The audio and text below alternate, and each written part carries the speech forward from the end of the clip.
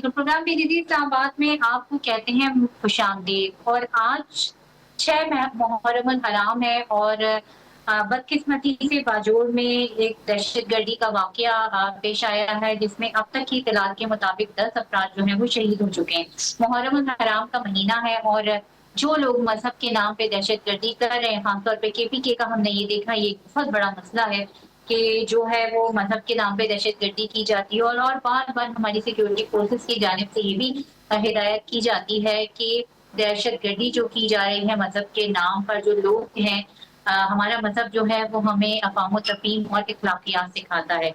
ये तो हो गई कुछ दहशतगर्दी की बात। और अब हम आ जाते हैं तहरीक इंसाफ की जो सियासत है।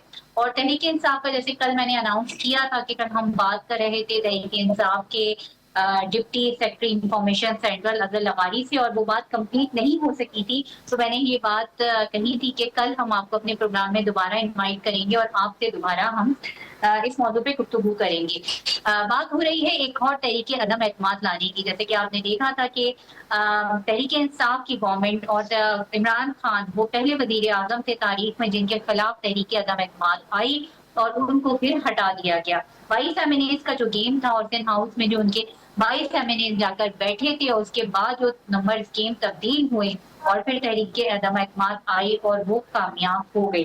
अब यही जो पोजीशन है, कहा ये जा रहा है, दावा ये किया जा रहा है कि केपीके मखसूस नशिस्तों के फैसले के बाद केपीके में भी होने जा रही है। केपीके वो वाहिद सूबा है जिसमें तहरीक इंसाफ यानी ऑपोजिशन जमात की हुकूमत है। और कुछ नंबर गेम्स की बात करें तो इस वक्त ऑपोजिशन के कुल 22 अरकान जो हैं वो केपीके असेंबली में मौजूद हैं और जिनको जो है वो 30 सीटें जो है मखसूस नशिस्तों के बाद मिल गई हैं। ये भी बड़ी अजीब सी बात है कि 22 अरकान पर 30 जो है वो सीट उनको मिल गई है, जिसके बाद अब उनकी जो तादाद है वो 52 हो जाएगी। और अब अगर कोई फॉरवर्ड ब्लॉक बनाना होगा और अगर अली अमीन गंडापुर की हुकूमत को या तहरीक इंसाफ की वहां से जो गवर्नमेंट है उसको हटाना होगा तो टोटल 21 या 22 एमएनएस जो है वो दरकार होंगे। और इस वक्त जो आजाद अरकान है बेशक वो तहरीक इंसाफ का हिस्सा है, मगर उनकी तादाद जो है वो 35 है। और जो अगर उनको अपने साथ मिलाया जाए या वो अपनी वफादारियां तब्दील कर लें, क्योंकि उनकी आजाद हैसियत है, तो उन पे 63A भी लागू नहीं होता है और फ्लोर क्रॉसिंग का जो इल्जाम है वो भी नहीं लग पाएगा। तो अब तहरीक इंसाफ जो है वो क्या केपीके में अपनी गवर्नमेंट बचाने जाएगी, क्या कोई बड़ी तब्दीली होने जा रही है? JUI से की इस वक्त 7 नशिस्तें जो है वो केपीके में मौजूद है। इसी तरह PMLN की भी 7 नशिस्तें मौजूद हैं जो कि ऑपोजिशन का हिस्सा है। इस वक्त हमें टेलीफोन लाइन पे ज्वाइन किया है अजहर लगारी साहब ने। लगारी साहब, आपका प्रोग्राम में वेलकम करते हैं। और कल जैसे कि जहां बात छोड़ी गई थी, अब मैं सोच रही हूँ कि कल जहां पे हमने बात खत्म हुई थी और अधूरी रह गई थी क्योंकि दामन वक्त में गुंजाइश नहीं थी, आज हम बात का आगाज वहीं से करते हैं कि सबसे पहले तो ये कि जो केपीके में है वो तहरीक अदम एतमाद लाने की बात हो रही है और अभी मैंने तमाम नंबर गेम्स भी बताए हैं। 35 अरकान हैं कि जिनकी जो है वो बेशक वो आजाद हैसियत से मौजूद है, लेकिन वो तहरीक इंसाफ का हिस्सा है। क्या आपको लग रहा है कि जो है वो कोई फॉरवर्ड ब्लॉक बन जाएगा या अली अमीन गंडापुर जो है वो इसी दबंग अंदाज में अपनी हुकूमत को चलाते रहेंगे? सबसे पहले दीजिए मुझे इजाजत दें कि मैं हमारे कायद मुल्क के साबिक वजीर आजम, उस कौम के हीरो इमरान खान साहब के साथ जो जेल में सलूक रवा रखा गया है उसकी मैं शदीद मजम्मत करता हूँ। उनको 22 घंटे जो है वो सेल में बंद रखा जाता है और उनको बाहर निकलने की बिल्कुल इजाज़त नहीं दी जाती। ना उनकी ज़ाती मॉलेज को उनको एक्सेस है, ना उनकी फैमिली से ठीक मुलाकात होती है, ना उनकी लॉयर से मुलाकात की जाती है। तो ये इसकी तो मैं पहले तो इसकी शदीद मजम्मत करता हूँ। और ये इमरान खान तो बहुत दूर की बात है, लेकिन किसी भी आम कैदी के साथ भी ये रवैया जो है ये इंसानी हुकूक के बिल्कुल खिलाफ है, कैदियों के हुकूक के बिल्कुल खिलाफ है। दूसरी मजम्मत में करूँगा, अभी जो खैबर पख्तूनख्वा में बाजोड़ में धमाका हुआ है उसमें जो 3 जाने जो है वो ज़ाया हुई हैं, तो उनके ख़ानदान के साथ मैं ताज़ियत करता हूँ और जख्मियों की सेहतयाबी के लिए जो है वो दुआ करेंगे। बाकी आपने सवाल किया कि तहरीक इंसाफ की में केपी में कोई फॉरवर्ड ब्लॉक बनेगा या यहाँ पे कोई हुकूमत गिराने की या ऐसी कोई जो कोई बात है, देखिए अभी तक हमारे सामने ऐसी कोई बात है नहीं। और ये जो फैसला आया है मखसूस नशस्तों वाला, ये तो बस वही है कि जी मेरी नशस्तें, मेरी मर्जी और बस हमारे ही मुनसिफ और हमारी मर्जी वाले हिसाब किताब है, तो उन्होंने एक जबरदस्ती फैसला थोप दिया है। तो उसको सारी कौम को पता है कि ये सीटें किसकी थी, किसका हक था, किसका मैंडेट था। अब मैं तो शायद अगर अपनी पर्सनल बात मुझसे करें तो मैं तो शायद किसी के खाने पे भी बगैर बुलाए ना जाऊं। ये तो सीटें एक्सेप्ट कर रहे हैं, तो जो सीटें एक्सेप्ट कर रहे हैं उनको भी सोचना चाहिए कि वो जमहूरियत को कहाँ लेके जा रहे हैं। और ऐसी कोई अभी तक कोई ऐसी बात नहीं है कि कोई फॉरवर्ड ब्लॉक होगा या कुछ भी होगा। देखिए ये पार्टी जो है ना, ये इमरान खान का वोटर बेस है। जो भी इमरान खान के वोटर बेस से डिस्कनेक्ट हो जाएगा, अपनी अलग से कोई सियासत करेगा, उसकी सियासत खत्म हो जाएगी। और ये माजी में ऐसे बहुत सारी बातें हुई हैं। आज आपको कोई राजा रियाल याद है, कहाँ है वो? या दूसरे जो लोग थे उनके साथ जो बनाई गई थी, फॉरवर्ड ब्लॉक बनाया गया था सिंध हाउस में खरीदो फरोख्त करके, भी थे और बहुत सारे थे। वो उनका सिंध हाउस का पूरा एक जो ग्रुप था वो जाके सिंध हाउस में बैठा था। तो ये इतना आसान नहीं है, ये जो हुकूमत की तब्दीली की बातें, ये आसान नहीं है। It's a very tough job और ये कोई इतना आसान नहीं है। वहाँ पे जो हमारे MPL हैं उनको पता है कि उनका जो वोटर बेस है वो अपने हल्के में उनको वापस जाना मुश्किल हो जाएगा अगर कोई ऐसी बात होगी तो। मगर लगारी साहब, आपने जरा तारीख की बात की, तो तारीख की तरफ थोड़ा सा चलते हैं। तो आपने ये देखा कि तहरीक अदम एतमाद आई और फिर गवर्नमेंट चली गई, PDM की गवर्नमेंट आ गई। और पहली दफा जो थी वो तारीख में ये बात हुई थी कि वो वजीर आजम थे इमरान खान के जो इनको तहरीक अदम एतमाद लाके हटाया गया। तो यही बातें उस वक्त भी हो रही थी और यही बातें अब भी हो रही हैं। अब वो 35 एमएनए जो है वो वैसे हम ये बात मानते हैं कि एक होल्ड है और ये वहाँ पे टेक्निकलिटीज से ज्यादा जो लोगों का सियासी वाबस्तगी है वो तहरीक इंसाफ के साथ बहुत ज्यादा है, ये बात हम मानते हैं। मगर ये भी हमें ग्राउंड पर ये बात अपने जहन में रखनी चाहिए कि वो वफादारियां जो है वो तब्दील भी हो जाती है। अब बात ये देखने वाली है कि आपके MPs जो वहां पर मौजूद हैं, 35 जिनकी आजाद हैसियत है, उनको कीमत क्या अदा करनी पड़ेगी। सवाल तो ये है कि कीमत क्या अदा करनी पड़ेगी। किस चीज की कीमत की बात कर रही हैं आप? जी मैं आपको ये बात कह रही हूँ कि देखिए बात तो ये है कि कीमत क्या अदा करनी पड़ेगी। हमने देखा कि परवेज खटक साहब जो थे, जब उनकी जब वो PTI नजरियाती उन्होंने बनाई तो उस वक्त परवेज खटक की एक बड़ी अहमियत थी जब वो PTI के अंदर शामिल थे। मगर जब वो अलग हुए तो इस वक्त सिर्फ उनके 2 MPs जो हैं वो अभी हुकूमत का हिस्सा हैं। तो अब ये जो तहरीक इंसाफ के फॉरवर्ड ब्लॉक की बात हो रही है, चलिए हम आ जाते हैं अली अमीन गंडापुर अलीमा खान के जो के दरमियान जो ग्रुप बंदी हुई भी है, जो हमें नजर आ रही है, एक मीडिया वॉर नजर आ रही है। और कल बात हमारी यहीं पर आकर ही रुकी थी।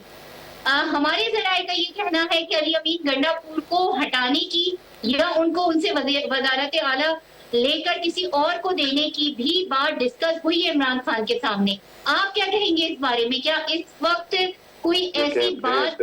1.5 मिनट की मुलाकात हुई है उनकी एडवोकेट ज़हीर अब्बास साहब के साथ और 10 मिनट की मुलाकात हुई है उनकी बहनों के साथ। अब इस अरसे में अगर आप समझती हैं कि कोई इतनी लंबी बात हो पाएगी या ये डिस्कस हुई होगी तो मैं तो इस पे सिर्फ अपना हैरान ही हो सकता हूँ और कुछ नहीं हो सकता।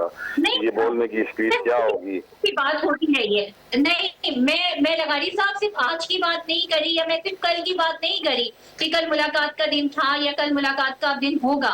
पहले भी ये बात होती रही है कि अली अमीन गंडापुर को हटाने की बात भी होती रही है। लेकिन ऐसी कोई बात इमरान खान साहब ने अभी तक किसी से कोई नहीं बात नहीं कही, किसी से भी कोई नहीं कही बात। ये सरासर जो है ना वो स्पेकुलेशन पे और चेमगोइयों पे एक बात है और इस बात में हकीकत से कोई ताल्लुक नहीं। मैंने आपसे पहले भी कई मरतबा कह चुका हूँ कि हमारी सियासत जो है ना मुल्क में स्पेकुलेशन पे बहुत ज्यादा होती है और ऐसा लगता है कि बहुत सारे लोग जो हैं वो किसी खास जगह पे कोई आइडियाज शेयर करने के लिए बातें टीवी पे करते हैं कि ये ऐसा भी हो सकता है, ऐसा भी हो सकता है, ऐसा भी हो सकता है। लेकिन जो भी आप बात कह रही हैं अभी तक इसमें कोई सॉलिड जो है ना वो कोई रीजन नहीं है कि मैं इस पर बिलीव करूं कि ऐसी कोई बात इमरान खान साहब के सामने डिस्कस हुई है या बात हुई है। हाँ, गवर्नेंस पे बात हुई है। उन्होंने ये कहा था कि बजट से पहले जो है ना मुझे आके टीम मिले, लेकिन वो नहीं मिलने दी गई उसको। अभी भी हमारे जो वजीर खजाना है वहाँ पे उन्होंने कहा है के। अगर आइंदा भी मुलाकात होती है खान साहब से और वो कोई चेंज कहते हैं तो उसमें भी चेंज हो जाएगी। कल को अगर वो कहेंगे कि अली अमीन गंडापुर को हटा के किसी और को लगा दिया जाए तो वो बिल्कुल उस पर मनो अमल होगा, इसमें तो कोई शक ही नहीं है। तो खान साहब की मर्जी है, उनकी सवाबदीद है, वोट उनका है, मैंडेट उनका है। अगर वो वज़ीर आला चेंज करना चाहेंगे तो वो कर लेंगे और यही बात अली अमीन गंडापुर भी कर रहे हैं। और दूसरी बात यह है कि देखें, खान साहब ने कभी भी मोरूसी सियासत को इनकरेज नहीं किया। वो कभी भी अपने खानदान के अफराद को उन्होंने सियासत में नहीं लाए, ना कभी पार्टी में कोई ओहदा दिया। अलीमा खान साहिबा और उनकी जो बहनें हैं वो सिर्फ और सिर्फ अपने भाई की आज़ादी के लिए वहाँ पे जाती हैं, एज ए फैमिली जाती हैं और उनकी मुख्तलिफ बातें होती हैं। जिस तरह आपकी और मेरी किसी आम आदमी की डिमांड्स हो सकती हैं पार्टी से, वो भी उसी तरह से ही वो उनकी डिमांड्स होती हैं या वो बात करती हैं। उसमें जज्बात ज्यादा शामिल होते हैं, उसमें सियासत नहीं होती कोई खास। अच्छा लगारी साहब, एक चीज का मुझे बड़ा मुझे भी और बहुत सारे जो लोग हैं उनको, कि एक फर्दे वाहिद की बात से निकला हुआ जबान से हर हरफे आखिर समझा जाता है। ये भी एक बड़ी मैंने कल भी बात कही कि ये तो एक खुद परस्ती या ना परस्ती वाली बात हुई। इतनी बड़ी आपकी लीडरशिप है, इतनी बड़ी लीगल टीम है, क्या वो खान साहब को ये नहीं समझाती कि ये जो कुछ बातें हैं कि खान साहब को ये चाहिए कि कुछ फैसले जो है वो अपनी लीडरशिप के हवाले भी कर देने चाहिए, कि वो कुछ फैसले करें, वो कुछ अपनी समझबूझ दिखाएं। बिल्कुल ठीक कह रही हैं आप, मैं आपकी बात से मुकम्मल इत्तेफाक करता हूँ।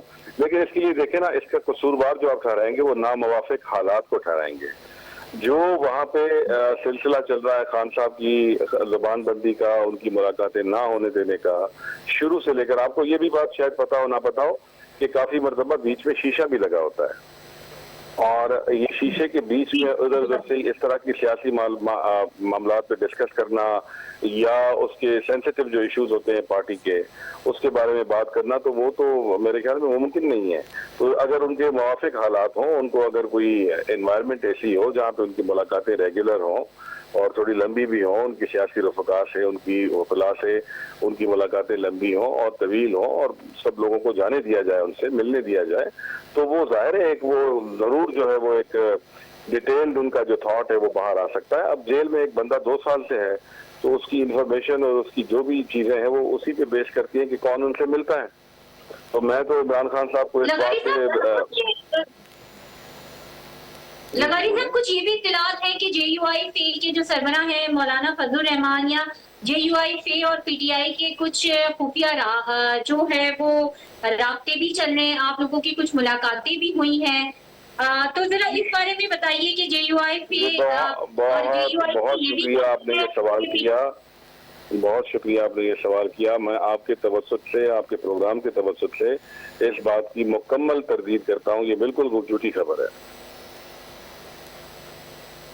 आप इस बात की भी तरदीद करते हैं कि JUI-FA जो है वो चाह रही है हुकूमत के साथ मिलकर कि वो KPK गवर्नमेंट को गिराए और वहां पर JUI-FA और मुस्लिम लीग जो मिलकर अपनी गवर्नमेंट बनाए, आप इस बात की भी तरदीद करेंगे यकीनन? बेनजीर, ये तो इन दोनों जमातों का आपस का मामला है ना, मुझे तो उसमें नहीं पता ना। हम उनको बैठ के स्पाई कर रहे हैं कि वो क्या एक्टिविटीज कर रहे हैं और आपस में क्या बातें कर रहे हैं। मेरी नज़र में मौलाना फजल रहमान साहब का एक बयान गुजरा था जिसमें उन्होंने कहा था कि हमें कोई दिलचस्पी नहीं है खैबर पख्तूनख्वा हुकूमत में गिराने में या हुकूमत में शामिल होने में, हमें कोई दिलचस्पी नहीं। मेरी नज़र से उनका एक ही बयान गुजरा है, उसके अलावा कोई और बयान मैंने नहीं देखा। और अगर उन्होंने कोई आपस में कोई इस तरह की कोई बात की है या राब्ता किया है तो उसके बारे में लाजमी तौर पर मुझे बिल्कुल भी इल्म नहीं है उस बारे में। लगारी साहब, आप क्योंकि KPK में रहे भी हैं और आपकी KPK गवर्नमेंट से बड़े करीबी राब्ते हैं, या जो KPK गवर्नमेंट के को जो लोग सपोर्ट कर रहे हैं उनसे भी आपके मुसलसल राब्ते रहते हैं, पल पल की खबर होती है, तो उसमें अली अमीन गंडापुर की इस वक्त क्या पोजीशन है? अगर उनको चेंज कर दिया जाता है, मैं जहां हमारी इत्तला तो ये भी कहती है कि खान साहब को जिन्होंने भी मशवरे देने थे वो ये भी मशवरे दिए कि इस वक्त जो है वो PTI अफोर्ड नहीं कर सकती कि अली अमीन गंडापुर को चेंज किया जाए, क्योंकि पूरा एक एमएनएस का ग्रुप है जो उनके वो अपने साथ लेकर चल रहे हैं। अब अच्छा चल रहे हैं, बुरा चल रहे हैं, ये एक अलग बात है, और एक टॉप लीडरशिप है जो अली अमीन गंडापुर को सपोर्ट कर रही है। अगर आप कहते हैं तो मैं नाम भी ले देती हूँ उनके। देखें, अली अमीन गंडापुर साहब मेरे लिए उसी तरह ही हैं जिस तरह कोई भी पार्टी का और कोलीग जो है वो मेरे साथ होता है। और बिल्कुल मैं पेशावर रहा भी हूँ और उनके राब्ते भी जो है वो सबसे होते हैं मेरे। वो बहैसियत नायब सेक्रेटरी इतलात होते हैं, क्योंकि मैं बहुत सारी चीज़ें ऐसी हैं जो मीडिया में देखता हूँ, उनको भेजता हूँ।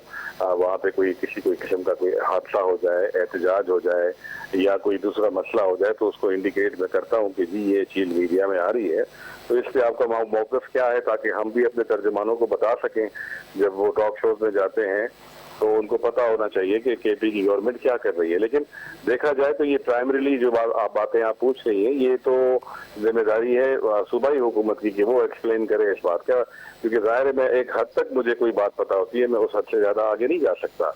जहाँ तक मैंने देखा है कुछ हमें भी बता दीजिए कि केपीके की गवर्नमेंट क्या कर रही है लगारी साहब। क्या कह रही थी, जो रिपीट कीजिएगा। कुछ हमें भी बता दीजिए कि केपीके की गवर्नमेंट क्या कर रही है, वहाँ क्या होने जा रहा है। हमें पता है कि अली अमीन गंडापुर के अगेंस्ट भी एक पूरा ग्रुप है, जिसमें अगर मैं ये बात खुल के कहूँ, ये तो अब जबान का ध्यान है कि जुनैद अकबर जो है उसमें टॉप ऑफ द लिस्ट मौजूद हैं।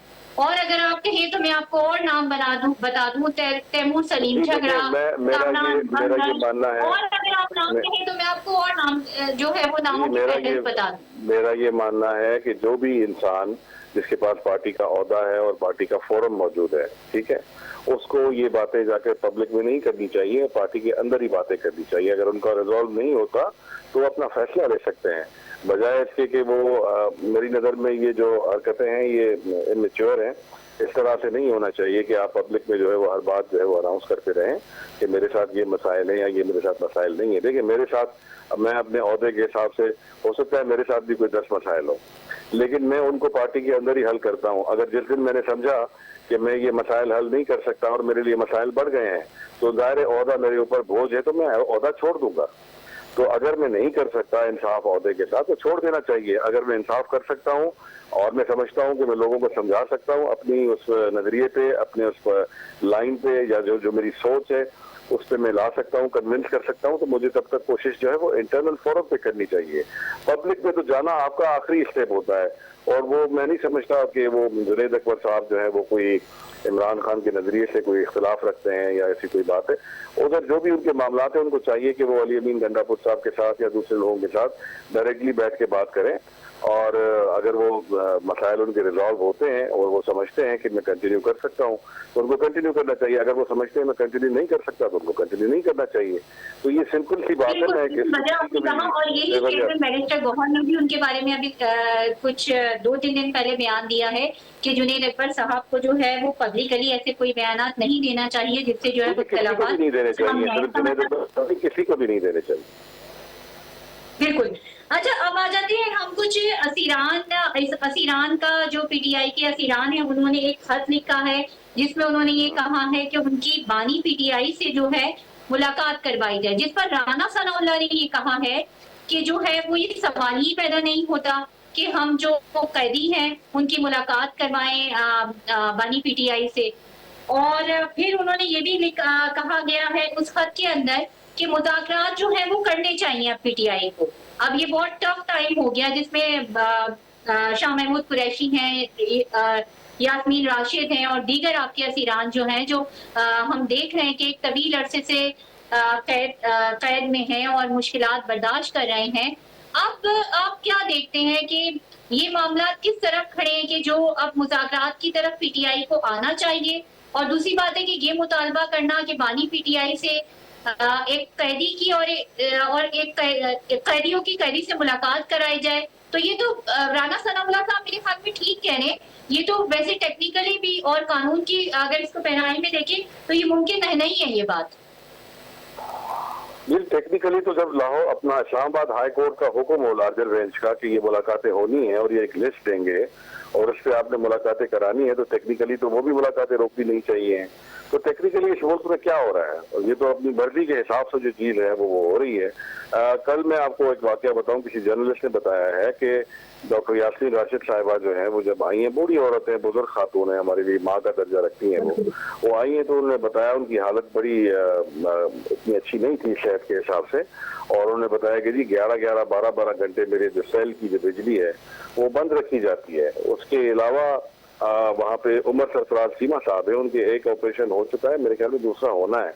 अब आप बताएं कि किसी के जख्म हो और उसकी बिजली आप बंद कर दें इस कहर गर्मी में, तो मुझे बताएं उनके उनके साथ ये क्या ये इंसानी सोच नहीं है? इस पे मुझे कोई आप लफ्ज बता दें राना सनाउल्ला साहब के, जिन्होंने इस चीज को कंडेम किया हो कि आप किस तरह का सलूक कर रहे हैं लोगों के साथ, एक बीमार शख्स के साथ और एक बुजुर्ग खातून के साथ। शाह साहब अभी जो है वो दिल के आर्जे में थे, वो काफी दिन वहाँ पे हॉस्पिटल में रह के आए थे, बीच में उनको उसी हालत में ड्रिप लगी हुई थी, उनकी कैनोला लगा हुआ था और उनको कोर्ट ले गए। जज ने कहा जी मैंने तो आपको बुलाया ही नहीं था। तो ये अच्छा, दूसरी बात ये तो उनकी हालात है ना। दूसरी बात आपने कहा कि उनकी मुलाकात, देखिए कहीं तो आपने आगे बढ़ना है ना। अभी हमने तो ये बात इनिशिएट नहीं की थी, ये अभी 4 दिन पहले वजीर आजम जो है वो शहबाज शरीफ साहब, उन्होंने जो है वो असेंबली में ये बात जाके मुलाकात की थी, जो मुसाफा किया था चेयरमैन गौर साहब के साथ, असद कैसर साहब के साथ। उन्होंने कहा था कि जी मुज़ाकरात की मेरे साथ, मेरे दरवाजे खुले हुए हैं, आप मेरे पास आए, मैं मुज़ाकरात करना चाहते हूँ और ये मसाइल जो भी आपके हैं वो हल करते हैं।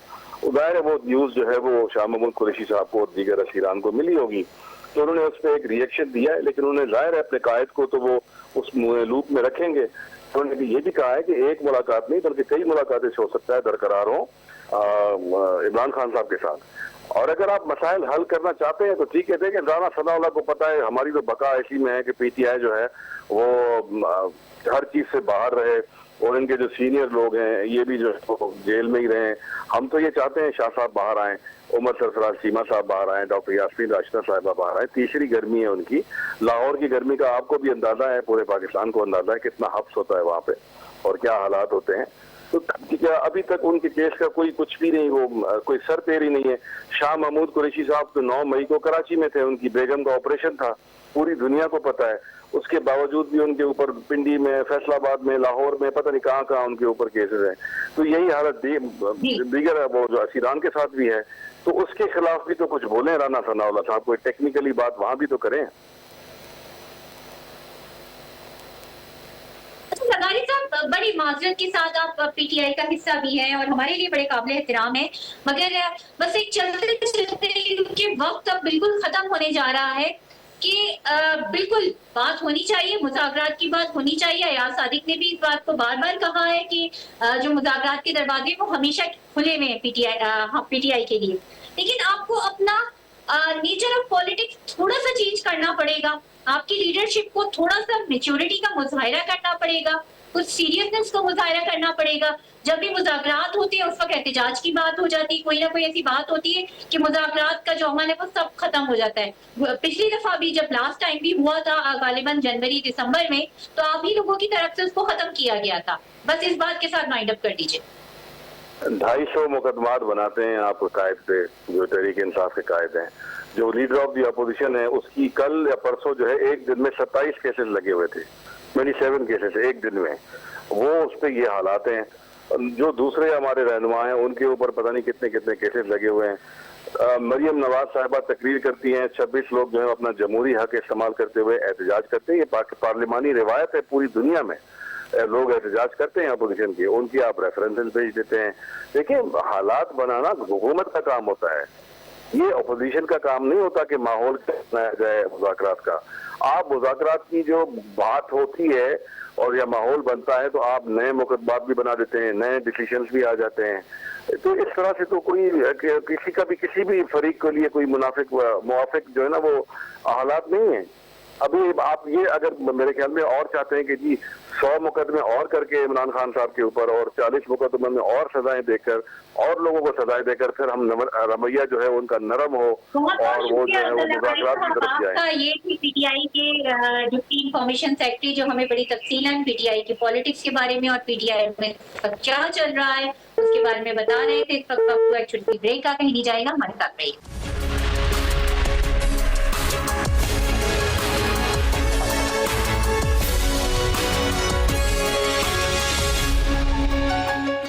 Welcome back. और बात हो चुकी अब अपोजिशन जमात की, तहरीक इंसाफ की, और अब हम बात करेंगे जो है वो हुकूमत जमात की यानी पीएमएलएन की। और पीएमएलएन की से अभी इस वक्त हमें ज्वाइन किया है परवेज संदेला साहब ने। परवेज साहब आपको प्रोग्राम में वेलकम करते हैं। एक रिपोर्ट सामने आई है जी, मैंने आपसे भी शेयर की है, जिसमें ये बताया गया है कि महंगाई की जो शरह है उसमें इजाफा हुआ है, 4.49 इजाफा हुआ है, और जिसमें मुख्तलिफ अदाद-ओ-शुमार जो है वो बताए गए हैं। और हुकूमत तो ये दावे कर रही थी कि जो है वो महंगाई की शरह में अफरात-ए-ज़र कम किया जाएगा और महंगाई इकोनॉमी जो है वो अच्छी बेहतरी की तरफ जो है वो गामजन है।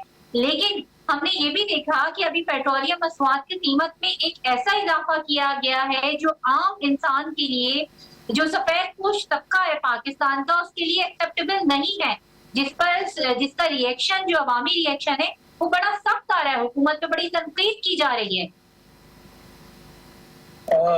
बहुत शुक्रिया। देखिए, इसमें तो कोई शक नहीं है, ये जो महंगाई अगर बढ़ी है कुछ थोड़ी बहुत इस महीने में, पिछले जून के महीने की रिपोर्ट है ये तो, और साथ में अगर पेट्रोल की कीमतें बढ़ी हैं तो इस पे कभी भी किसी चीज के बारे में डिफेंड नहीं किया जा सकता, क्योंकि प्रॉमिस होता है, वादा होता है कि लोगों की जिंदगियों में रिलीफ लेके आएंगे, अवाम की जिंदगी में रिलीफ लेके आएंगे। लेकिन देखिए, हमें पूरी दुनिया के साथ चलना है।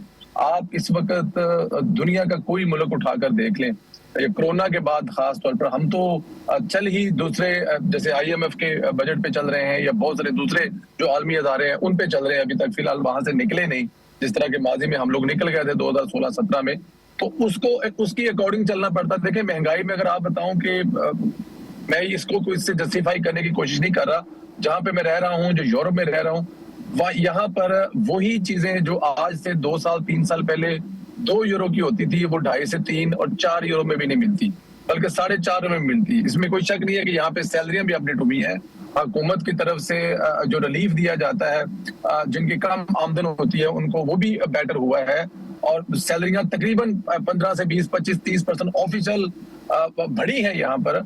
लेकिन महंगाई जो है वो इतनी तेजी से बढ़ी है और इतनी ज्यादा बढ़ी है कि वो, मैं जैसे कहूँ ना कि अगर हम लोग, हमारे लिए भी उसको बर्दाश्त करना बड़ा मुश्किल है, और पाकिस्तान की खासतौर पर आवाम के लिए तो बहुत ज्यादा।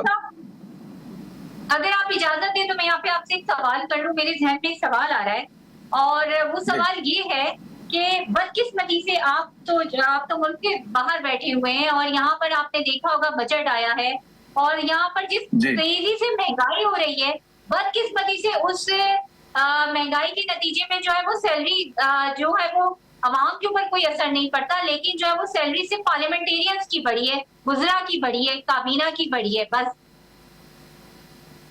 अच्छा, वो जो बढ़ी है ना जी, अगर देखा जाए तो उस पर भी नोटिस हुआ, मेरा ख्याल है कि वो उस नोटिस के बाद बहुत सारे तो जो तनख्वाह लेने वाले जैसे चेयरमैन वगैरह और स्पीकर कौमी असम्बली, वो खुद ब खुद ही उससे अपने आप को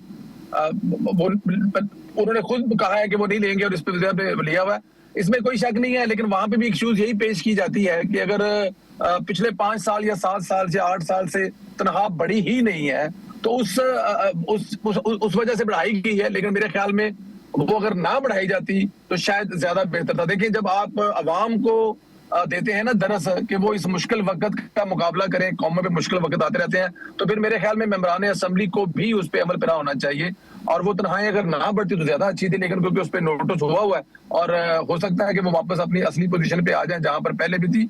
लेकिन ये तनख्वाहें जो असेंबलियों की है ना, ये तकरीबन 6, 7, 8 साल के बाद तनख्वाहें बढ़ी हैं। ये भी होना क्या चाहिए कि जिस तरह मतलब नॉर्मल बढ़ती है उसी तरह अगर बढ़ानी है तो हर साल आप थोड़ी बढ़ाएं, ताकि जब एकदम बढ़े तो ये ना लगे कि एकदम 5 लाख या 6 लाख का इजाफा हो गया है। तो ये भी एक उसमें फैक्टर है, लेकिन मैं उन तनख्वाहों बढ़ने की बिल्कुल फेवर में नहीं हूँ। मिसाल बनना चाहिए। एक कमजोर स्ट्रेटेजी है ना। अब तो देखिए तीर हाथ से निकल गया, अब बाद में क्या उसको रिवर्स कर दिया जाए फैसले को या कुछ भी हो, लेकिन क्या ये बात गवर्नमेंट के इल्म में नहीं थी? वजारत खजाना से जब ये तजवीज आई, जब वजीर खजाना ने इसको अप्रूव किया, तो क्या ये बात गवर्नमेंट के इल्म में नहीं थी, वजीर आजम के इल्म में नहीं थी कि इतना ज्यादा इजाफा कर दिया गया और फिर उसको जो है अब रिवर्स करने की बात की जा रही है? बिल्कुल ठीक है। ये जहां पे भी, जिस जगह पे भी ये ऐसी, जिस जगह पे भी ये कोताही हुई है, ये 20 लाख रुपए तनख्वाह वाली, ये बिल्कुल मेरे ख्याल में ये किसी न किसी जगह पे तो कोताही हुई है, ये बिल्कुल नहीं होनी चाहिए थी।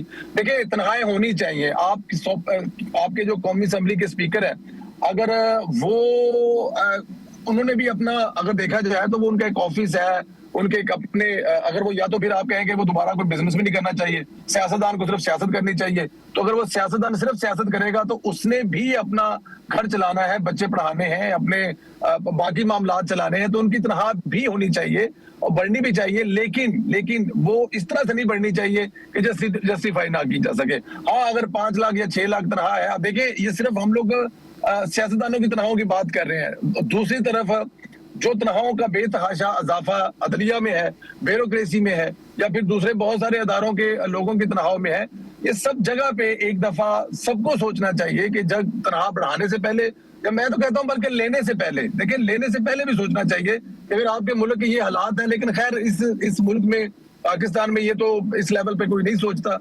अब हर कोई नहीं सोच सकता कि मैं तनख्वाह नहीं लूंगा, लेकिन आप ठीक कह रही हैं कि ये जहां पे भी हुआ है, जिस जगह पे भी हुआ है, ये नहीं होना चाहिए था, और ये तनख्वाहें बहुत ज्यादा जो नहीं बढ़नी चाहिए थी।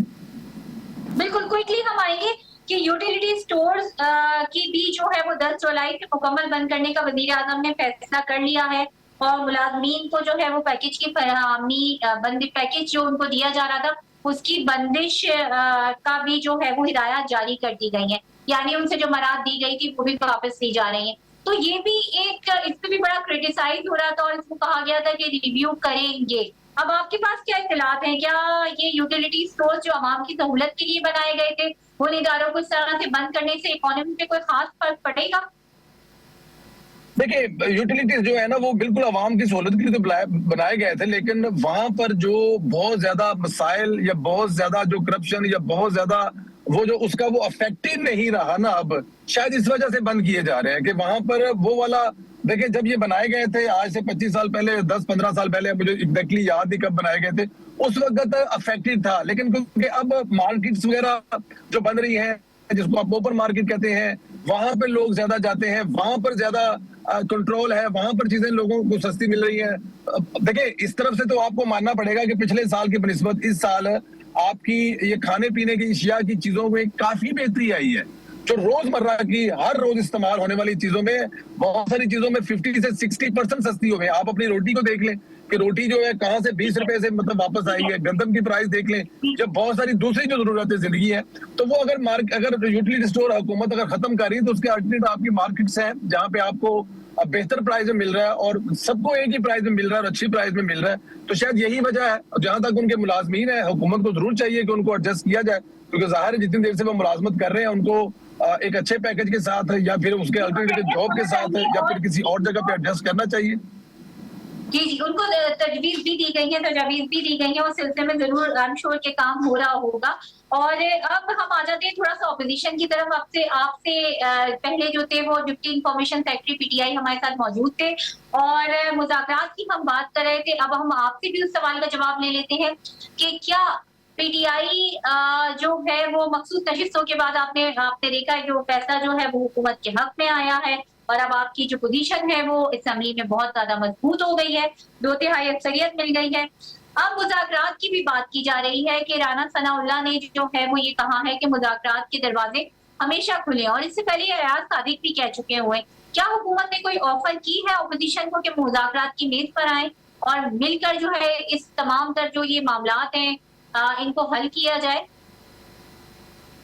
देखिए ये ऑप्शन हुकूमत और जो मुज़ाकरात की ऑप्शन है ना, ये कभी भी बंद नहीं होनी चाहिए, किसी भी सूरत में नहीं बंद होनी चाहिए। अपोजिशन और हुकूमत जो होते हैं वो लाज़िम मलज़ूम होते हैं कोई भी मुल्क चलाने के लिए, लेकिन क्योंकि पाकिस्तान तहरीक इंसाफ के जो रवैये हैं वो बात ही नहीं करना चाहते, वो सिर्फ किसी ताकतवर से बात करना चाहते हैं कि शायद उनको अंदाजा है वो जिस तरह से आए थे, अब वो शायद कोई ऐसा रास्ता ढूंढ रहे हैं, ऐसी कोई चोर गली ढूंढ रहे हैं जहां से वो दोबारा उनकी उंगली पकड़ी जाए, तो वो अंपायर ढूंढने की कोशिश कर रहे हैं। लेकिन मेरे ख्याल में अगर आज नहीं, आज से 2, 4, 5, 7 साल पहले इमरान खान साहब ये और उनकी पार्टी जो ये डिसाइड कर लेती है कि सियासतदानों के साथ मिलकर चलना है, सियासतदानों के साथ ही, जाहिर है आप सियासतदान है, अगर आप आपस में एक नहीं होंगे तो कमजोर होंगे और कमजोर होंगे तो फिर मार पड़ेगी, जैसा कि अभी इस वक्त हो रहा है। तो मुज़ाकरात के दरवाजे कभी बंद नहीं होने चाहिए, मुज़ाकरात के दरवाजे हमेशा खुले रहने चाहिए। आप देखें ना, कल एक खत है वो आया जो जेल में बैठे हुए पाकिस्तान तहरीक इंसाफ के लीडरान ने लिखा है, शाह महमूद कुरैशी हैं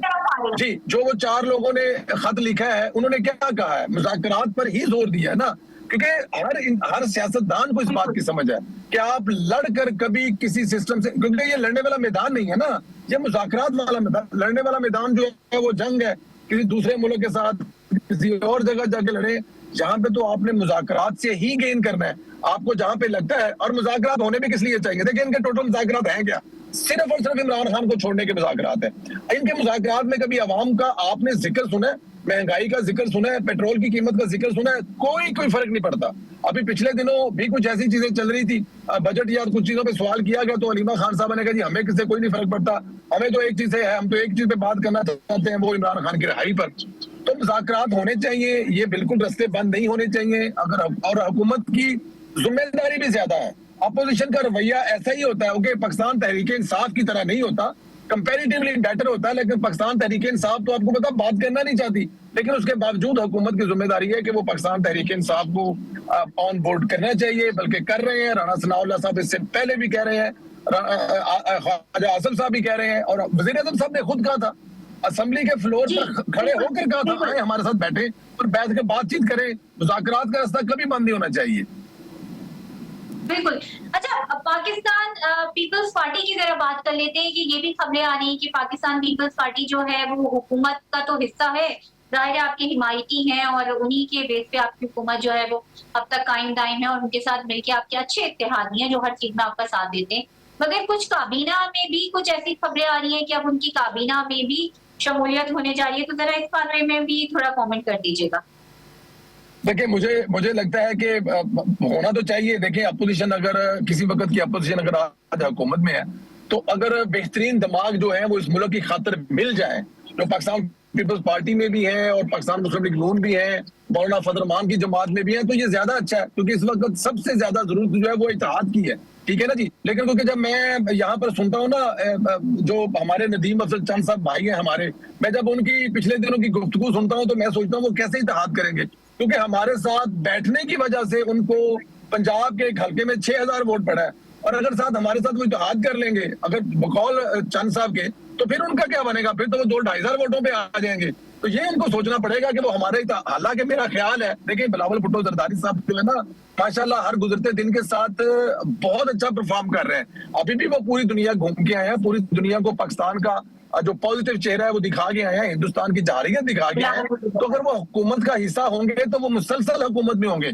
अभी तो देखिए उनके लिए कोई मतलब कि कोई आया, उन्होंने किया, अच्छा परफॉर्म किया, लेकिन जब वो हुकूमत में होंगे या उनके जो मैंने भी जब कहा बेहतरीन दिमाग हुकूमत में होंगे, तो ये अवाम के लिए बेहतर होगा, मुल्क के लिए बेहतर होगा। और इस वक्त हमें सबसे ज्यादा जरूरत है इत्तेहाद की है।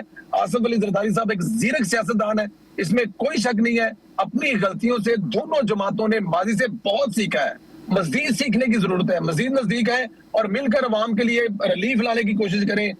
जिस तरह भारत से अभी तक आपका जिसे कहते हैं ना कि जंग टली नहीं है, ये एक जंग और दूसरी जंग के दरमियान में ब्रेक कहा जा रहा है इसको। हिंदुस्तान अभी भी जिस तरह से तैयारी कर रहा है, हिंदुस्तान अभी भी जिस तरह से अब आपकी जो है वो वहां पर मखसूस नशिस्तों के बाद आपने देखा है कि बड़ी मजबूत पोजीशन हो गई। मखसूस नशिस्तें जो है वो तमाम की तमाम कौमी असेंबली में जो 22 थी वो आपके पास आ गई, इसी तरह पंजाब असेंबली में भी, KPK असेंबली में भी और सिंध असेंबली में भी। मगर अब इसमें आपके इत्तेहादियों के बाद अब बात ये है कि इस पे आप एक शॉर्ट कमेंट कर दीजिएगा, टाइम बहुत ज्यादा कम है, कि मौलाना फजल रहमान को अब आप पार्लिमानी सियासत में कहाँ खड़ा देख रहे हैं, PMLN कहाँ खड़ी हुई देख रही है, उनकी अब क्या हैसियत रहती है?